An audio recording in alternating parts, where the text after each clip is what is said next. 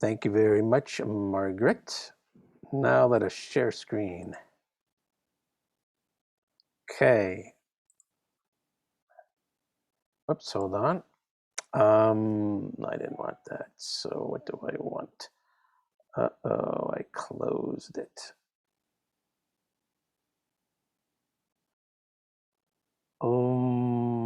Just excuse me 1 second. I've got to capture that document. There'll be a short delay. 1 second, please. Okay.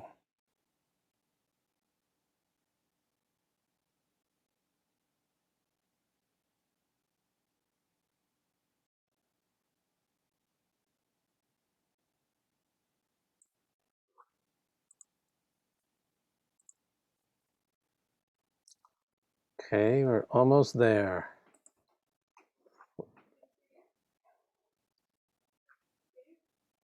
So let me just get the document and we are gonna rock and roll.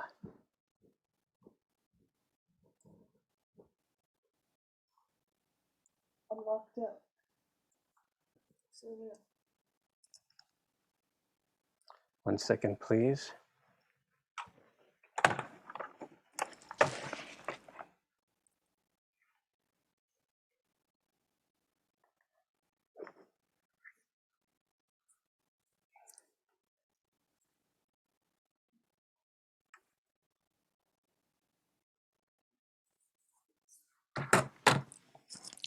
The only thing I know how to do is, no, take this please from me.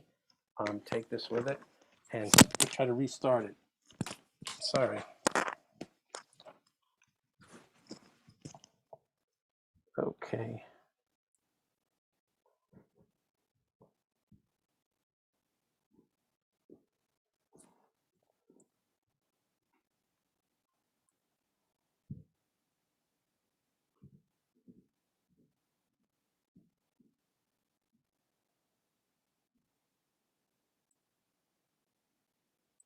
Okay.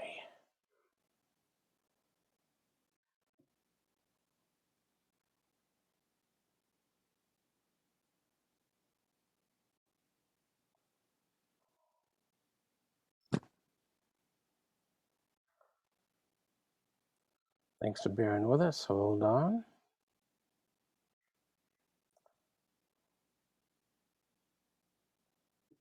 Okay. So now, very good.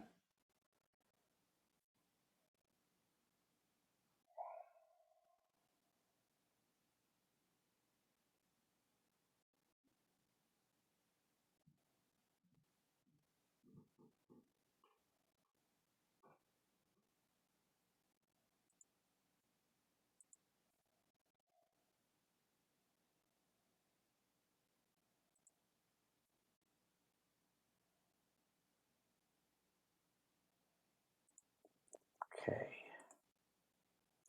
Alrighty, thanks for bearing with us. Sorry for the delay.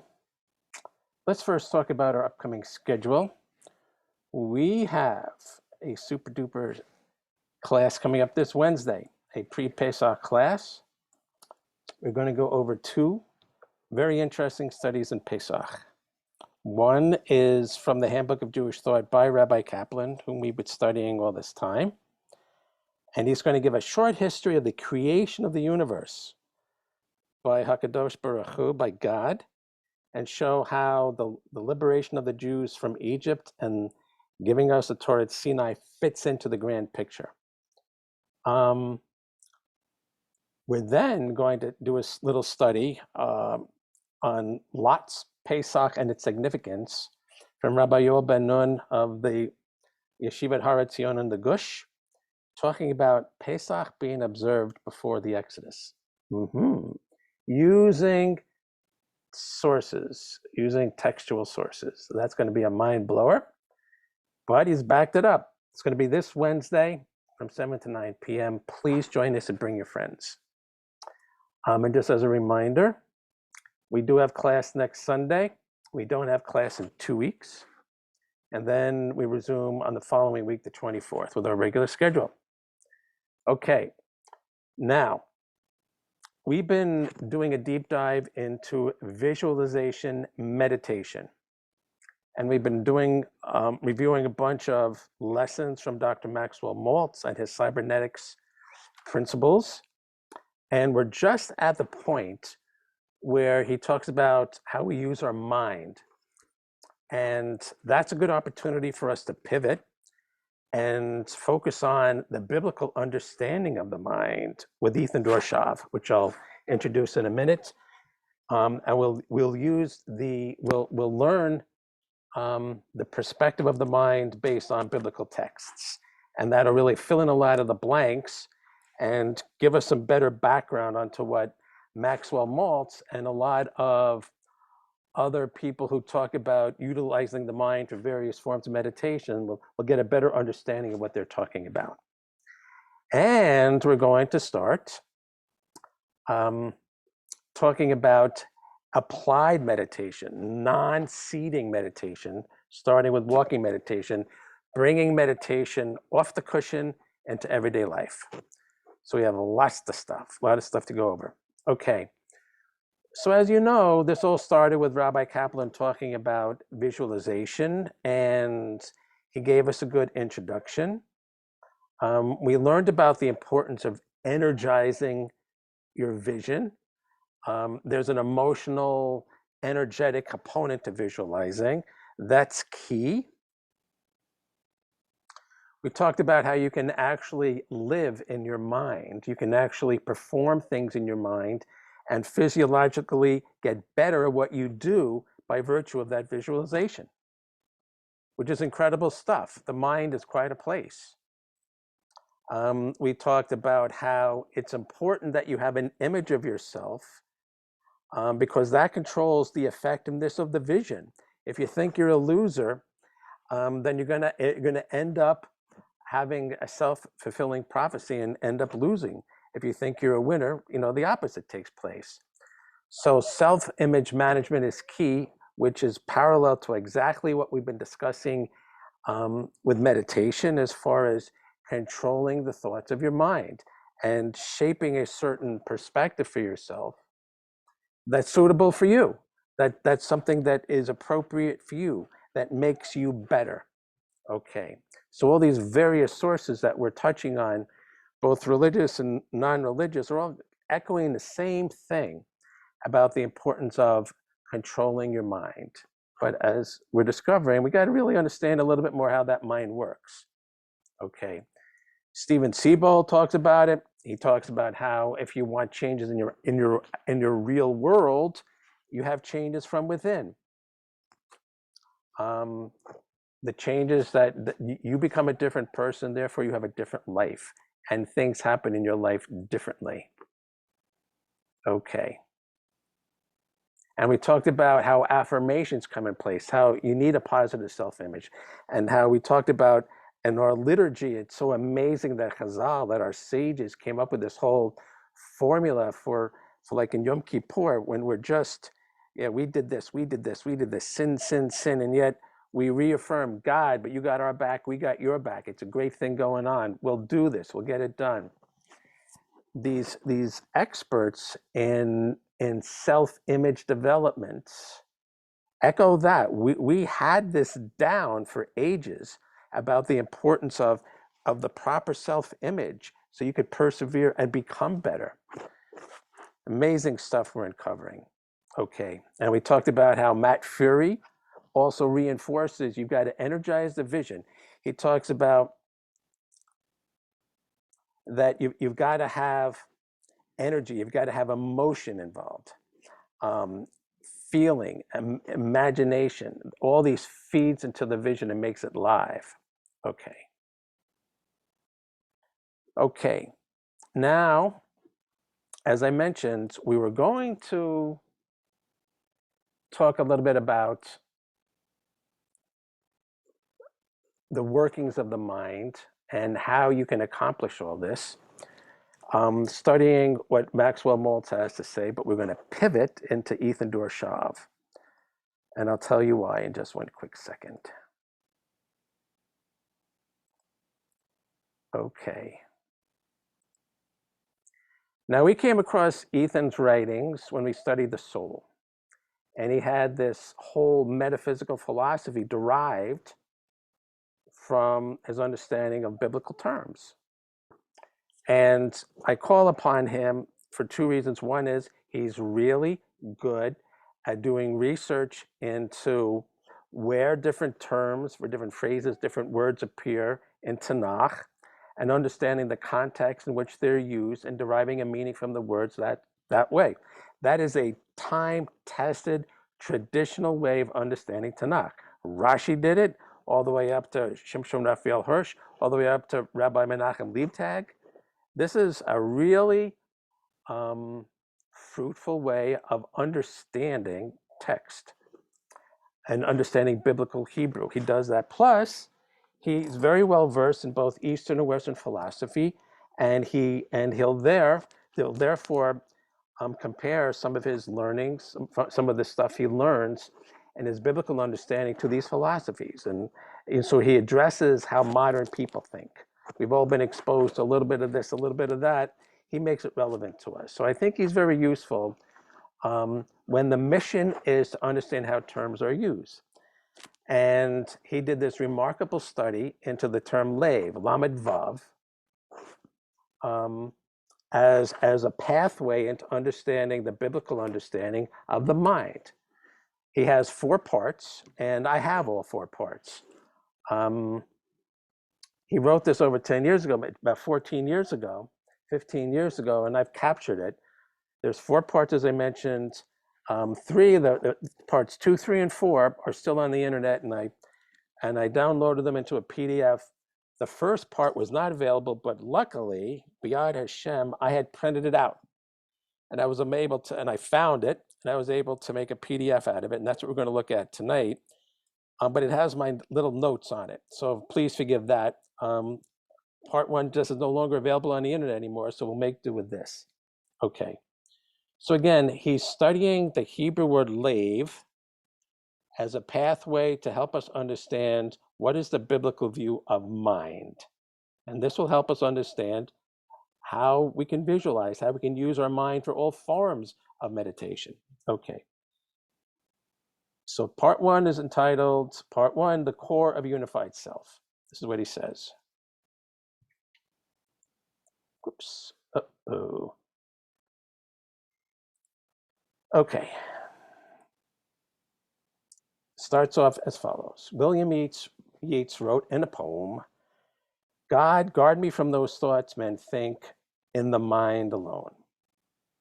These lines reflect a myth of Western modernism that is so strong and so devastating that it turned a third of humanity into semi-neurotics. Ask yourself, do you believe that your heart and your mind are opposing forces? Do you believe that emotions contradict rationality? That thinking is cold-minded while feelings are hot-blooded? A lot of people do. This idea is squarely rejected by the Hebrew Bible. The heart versus mind dichotomy has no place in Israelite thought. It is simply not the way we are built. Instead, it is all something called lev, lamed vav. But what does that mean? Here is a surprise. Though the ancient Hebrew word lev is normally translated as heart, like its modern use. I mean, if you go to an Israeli and, do you have a heart problem? He'd use the word lev, but that's not biblical. Not once in over 850 biblical appearances does it mean the physical blood pump muscle. While other body parts are dissected, for instance, in sacrificial animals, and he's quoting, take the fat of the ram, the fat tail, the fat that covers the entrails, the fatty lobe attached to the liver, the 2 kidneys and the fat on them, and the right thigh. These are all pasukim, these are all verses. An anatomical organ called heart is nowhere to be found. Likewise, contrary to what we would expect from the anatomical heart, lev is never associated with blood. This is his understanding about how the word is used in Tanakh. At most, it is used to depict the chest, where the high priest's breastplate was placed. Absalom was stabbed, and Jehoram got shot through. Okay. Hosea, too, talks about the whole rib cage as a heart cage, or, read much more aptly, the breast cage. That is as close as it gets. So his point is this coronary thing we got here, when the word lev does not refer to that. On the other hand, a physical lev is something that not only people have, but also the heavens, the seas, trees, and fire. This word is used in reference to heavens, seas, trees, and fire in Tanakh, not just people. And heavens, seas, trees, and fires don't have this coronary organ. Like the human chest, they are assumed to have a core, a center, and in that sense alone a heart, like an artichoke heart, or the heart of a matter. This meaning is not borrowed from the blood pump. It is apparently the only non-figurative meaning that the ancient Hebrew word ever had.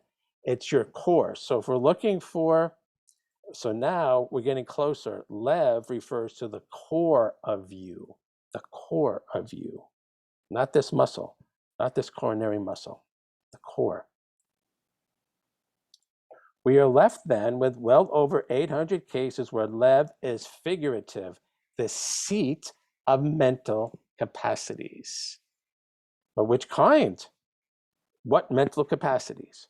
Emotions, sure. Lev feels sadness, and again, all these are traced to a verse in Tanakh. Lev feels sadness, dread, joy, hate, agitation, courage, and more. All these emotions, the word lev is used to describe that all these emotions take place in the lev, if you look at the verses in Tanakh. These are, however, a small minority. As any lexicon would state, for the most part, lev is a seat of rational intellect and other cognitive smarts, such as memory and creativity. The lev thinks. Indeed, in dozens of verses, it is explicitly the seat of wisdom, as the case of Solomon exemplifies. Quoting, I have given you a wise and understanding lev, and God gave Solomon wisdom and exceedingly great understanding and breadth of lev, like the sand on the seashore. Thus Solomon's wisdom excelled the wisdom of all the men of the East and all the wisdom of Egypt. And he goes on. Two other good examples are from Deuteronomy, but the Lord has not given you a lev to know, and eyes to see, and ears to hear unto this day. And full chapters in Exodus where the designers of the tabernacle were all described similarly. And you shall speak unto all that are wise of lev, whom I have filled with the spirit of wisdom. So just with a few examples, we're seeing that lev, our core, is the storehouse, is the place where all kinds of emotions take place and all kinds of cognitive activities take place. Same place.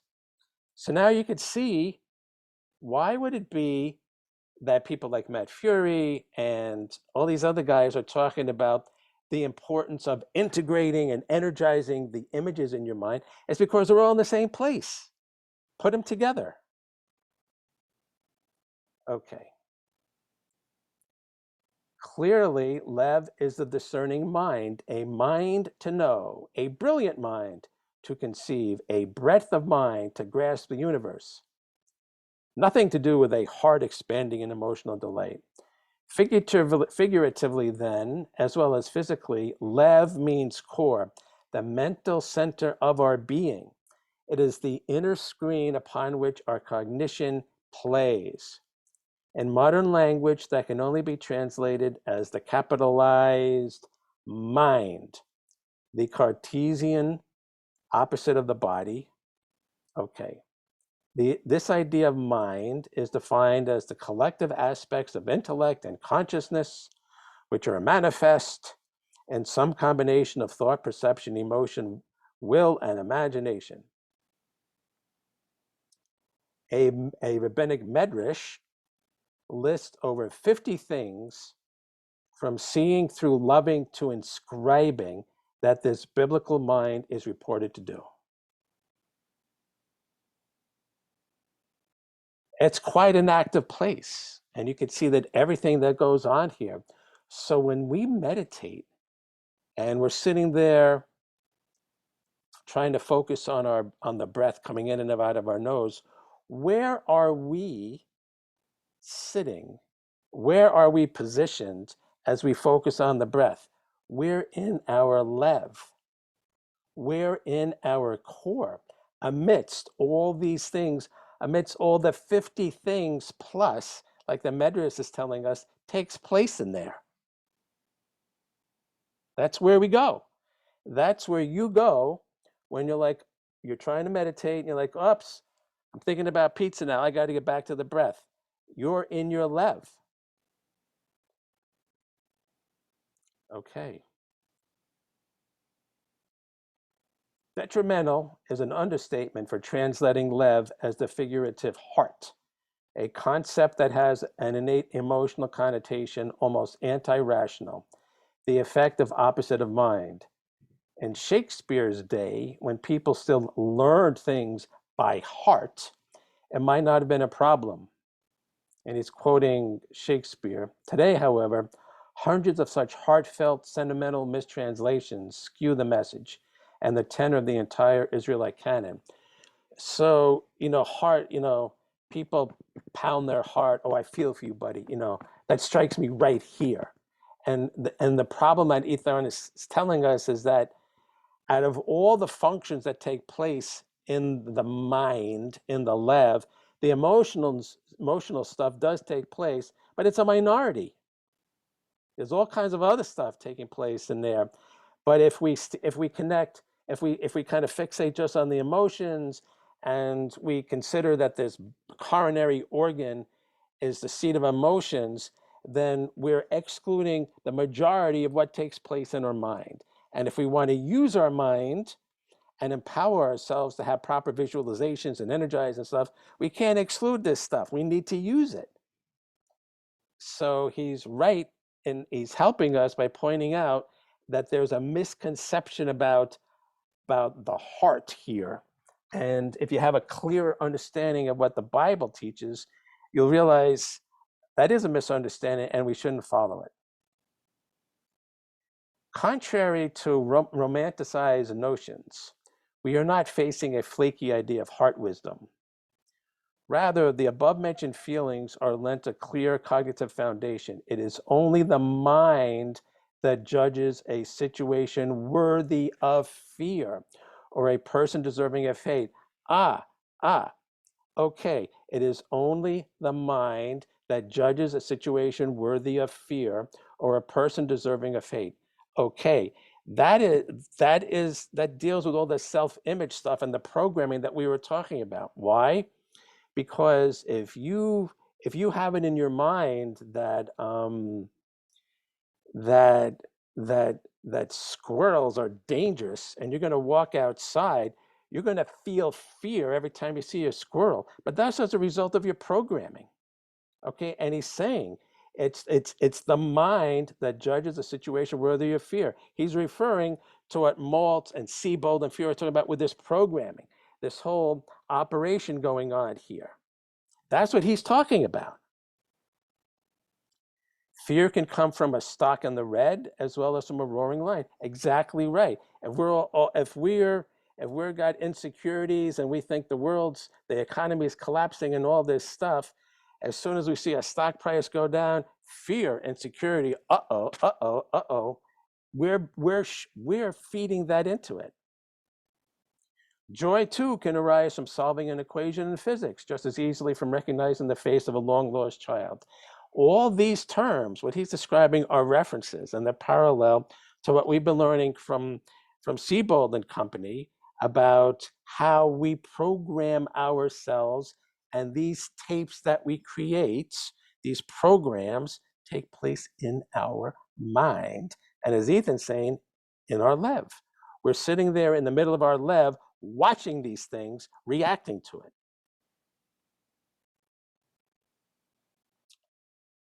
He continues, I have no objection to borrowing lev for the anatomical pump as long as we remember that at our figurative inner core, our so-called heart and mind are one. All right, so fine. So that's Israelis. If Israeli comes and says, I feel you in my heart, and he uses the word lev, okay, as long as we understand that's only a little slice of the pie. In this sense, the Hebrew lev is identical to the Pali word sita, which I don't know. So he's making his comparisons to other cultures that he knows about. Okay. But he also, and he quotes the Buddhism replacing their word for heart with lev. All things are preceded by the lev, led by the lev, created by the lev. That's exactly what he's talking about. And this is Buddhist wisdom that parallels Jewish wisdom. Okay. So ends part 1. And he's going to and we will continue with part 2 next week. This is really good stuff. Okay, so this is Ethan's introduction to how the mind works, so that when we go back and we look at what Siebold says and Fury says and Maxwell Maltz and everybody else, we'll say, yeah, we're going to have a firmer understanding from Tanakh about what they're talking about. And already we've discovered that we're all on the same page here. We're all discussing the same thing with regards to how the mind works and how we're supposed to use our mind for better or for worse. Okay. Let's now go to walking meditation.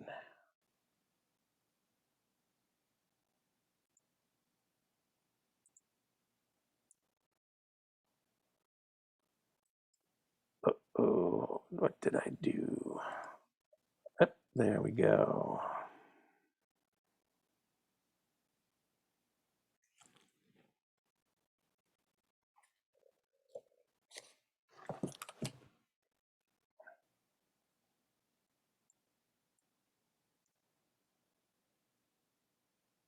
Okay.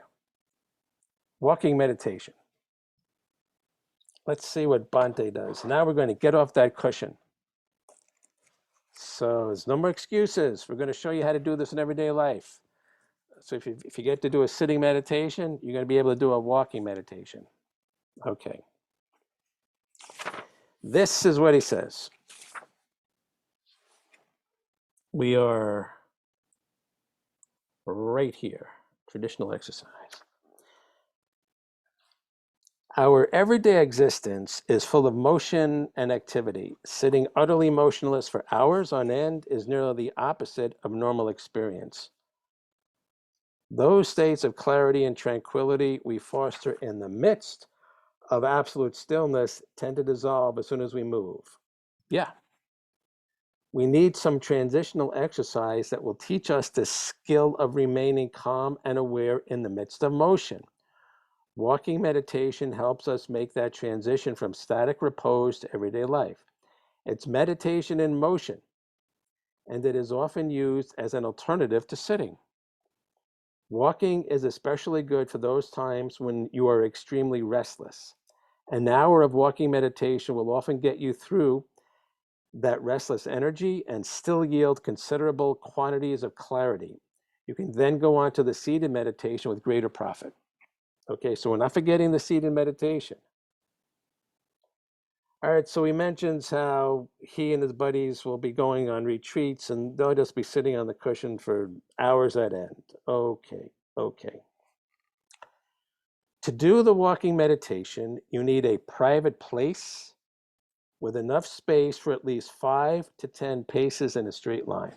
So it could be indoor or outdoors. If it's indoors, it needs to be enough room for 5 to 10 paces. You are going to be walking back and forth very slowly, very slowly. And to the eyes of most Westerners, you look curious and disconnected from everyday life. This is not the sort of exercise you want to perform on the front lawn where you'll attract unnecessary attention. Choose a private place. The physical directions are simple. Select an unobstructed area and start at one end. Stand for a minute in an attentive position. Your arms can be held in any way that is comfortable, in front, in back, or at your sides. Then, while breathing in, lift the heel of one foot. While breathing out, rest that foot on its toes. Lift the heel, rest it on its toes. Again, while breathing in, lift that foot, carry it forward, and while breathing out, bring the foot down and touch the floor. Down, down. You're not speeding up your breath. So I'm breathing. That's a slow pace. Breathe up, breathe in, heel on the floor. Breathe out as you flatten it onto the floor. Breathe in, you put you're stepping with the next foot, the other foot, heel, breathe out, down. Now the idea is to match the steps with the breath, not the breath with the steps, because you'll screw up your breathing. Breathe normally and just get the heel down to toe, heel down to toe, inhale, exhale, inhale with your breathing. Walk very slowly to the opposite end, stand for 1 minute, then turn around very slowly and stand there for another minute before you walk back. Then repeat the process. You got to remain, you're trying to remain mindful throughout the whole thing, meaning you're mindful, heel, toe as you exhale, heel, toe as you exhale. Excuse me, you reach the end of the room, then you don't just like turn around and do it again. You're mindful, you're aware as you're turning around. Don't lose the thread, as we say. Don't lose the mindfulness. Be aware of yourself turning around. That's why you're doing it slowly. Keep your head up and your neck relaxed. Keep your eyes open to maintain balance, but don't look at anything in particular. Walk naturally. Maintain the slowest pace that is comfortable and pay no attention to your surroundings. Watch out for tensions building up in the body, just like when we're sitting, and release them as soon as you spot them. Don't make any particular attempt to be graceful. Don't try to look pretty. This is not an athletic exercise or a dance. It is an exercise in awareness. Your objective is to attain total alertness, heightened sensitivity, and a full, unblocked experience of the motion of walking. All you're doing is walking. Put all of your attention on the sensations coming from the feet and legs. Okay. So this means this is a little bit easier. I think it's almost a little bit easier than watching your breath because you're very aware of your feet. There's a physical sensation when your feet are on the ground. So like you're walking around, you start thinking about pizza and then like, oh no, I got to think about my feet. Your feet are on the ground. It's really easy to connect to the sensation of your feet on the ground. So this is a good way to focus. Try to register as much information as possible about each foot as it moves. So you might want to do this barefoot. Dive into the pure sensation of walking and notice every subtle nuance of the movement. Feel each individual muscle as it moves. Experience every tiny change in tactile sensation as the feet press against the floor and then lift again. Notice the way these apparently smooth motions are composed of a complex series of tiny jerks. Try to miss nothing. Because we have joints, and the joints engage in series. Hip and knee and ankle and toes. It's like an unraveling. Try to miss nothing. In order to heighten your sensitivity, you can break the movement down into distinct components. Each foot goes through a lift, a swing, and then a down tread. Each of these components has a beginning, middle, and end. In order to tune yourself into this series of motions, you can start by making explicit mental notes of each stage. Make a mental note of lifting, swinging, coming down, touching floor, pressing.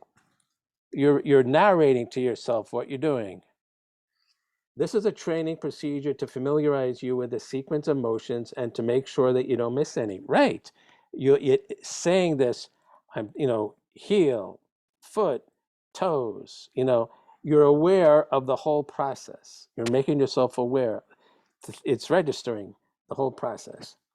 As you become more aware of the myriad subtle events going on, you won't have time for words. So your awareness eventually kick in. You will find yourself immersed in a fluid, unbroken awareness of motion. The feet will become your whole universe. If your mind wanders, note the distraction in the usual way, then return your attention to walking. Don't look at your feet while you are doing all of this, and don't walk back and forth watching a mental picture of your feet and legs. Don't think, just feel. You don't need the concept of feet and you don't need pictures. Just register the sensations as they flow in the beginning. You just register the sensations as they flow. In the beginning, you will probably have some difficulties with balance. You are using the leg muscles in a new way, and a learning period is natural. If frustration arises, just note that and let it go. This walking technique is designed to flood your consciousness with simple sensations and to do it thoroughly and so that everything else is pushed aside. There is no room for thought and therefore no room for emotion. What he's talking about is by motion, by moving, kind of like kicks everything into your mind. More so than when you're seated, because when you're moving, you're like agitating the thoughts and emotions and stirring them up, and they go into your mind. So you're challenging yourself to got to focus on the feet, got to focus on the feet. So the moving itself, there's like a yin yang type of thing. On the one hand, the moving agitates your mind, but it's easier to focus on your feet so you can relax yourself and calm the mind.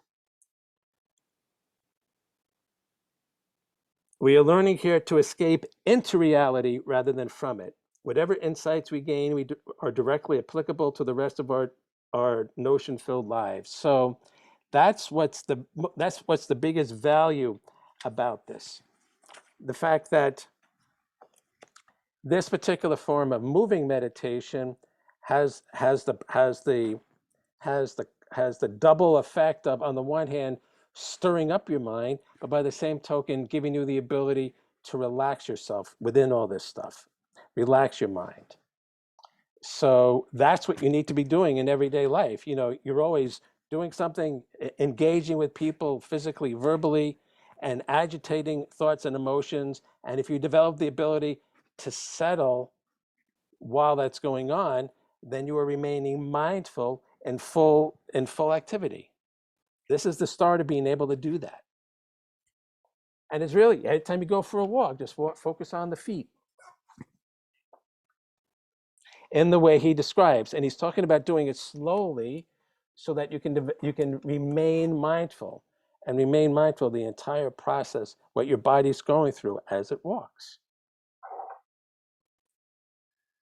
Okay.